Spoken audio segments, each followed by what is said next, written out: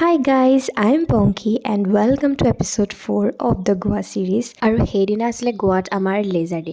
আমি ধুনীয়াকৈ স্কুটি ৰেণ্টত লৈ ল'লোঁ। এটা কথা যে মোৰ লাইচেন্স নাই আৰু লক্ষ্মীও লাইচেন্স নাই। আমি অনুপম দা ভাগৰ লাইচেন্সখন লৈ কিনে আমি স্কুটি বুক কৰি ল'লোঁ। আমিনো পাছৰ কথা কি জানো, মুঠতে আমি ভাবিছোঁ যে কি স্কুটি বুক কৰিম আৰু গোটেই গোৱাখন ধুনীয়াকৈ ঘূৰিম।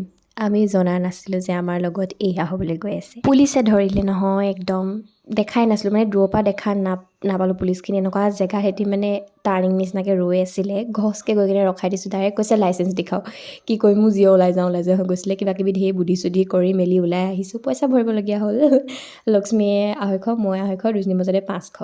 তথাপিও আমি হাৰ নামানি এয়া আহিছোঁ আকৌ বিচলৈ, মানে উভতি নাযাওঁ। আহিলোঁ যেতিয়া মুঠতে যি কৰিব লাগি আছিলে আমি কৰিমেই। আৰু এয়া আমি লক্ষ্মী আৰু মই ব'টিং কৰিলোঁ। আৰু ব'টিং কৰোঁতে আমি লগ পালোঁ অসমৰ মানুহ এজন, আৰু তেওঁ আমাক ইমান এটা ধুনীয়া গিফ্ট বুলিয়ে ক'ব লাগিব, ভগৱানে গিফ্ট দিলে, তেওঁ গিফ্ট দিলে ইমান এটা ভাল, মানে কি ক'ম, মোৰ অসমৰ মানুহ ইমান ভাল কেনেকৈ হ'ব পাৰে। সেই মানুহজন আছিলে দৰঙৰ আৰু বহুত চুইট আছিলে মানুহজন।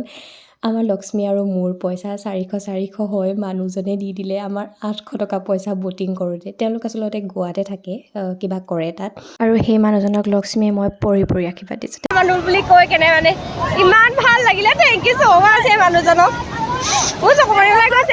যেতিয়া এনেকৈ বেলেগ জেগালৈ যাওঁ, বহুত দিন নিজৰ ঠাইখনৰ পৰা আঁতৰি থাকোঁ, তেতিয়া মানে এনেই এনেকৈ নিজৰ ঠাইখনৰ মানুহখিনি লগ পালে এনেই কিবা এটা ভাল লাগে। আৰু তেওঁ এনেকুৱা কিবা এটা কাম কৰি দিছে আমাৰ কাৰণে, বহুত ভাল লাগিলে। আৰু পুলিচত যিহেতু আমি পইচা দিবলগীয়া হ'ল, আৰু তাৰপাছত আমাক সেই মানুহজনে মানে ভগৱান নিচিনাকৈ আহি কিনে আমাক আকৌ পইচা দি সহায় কৰিছে, ইমান ভাল লাগিলে।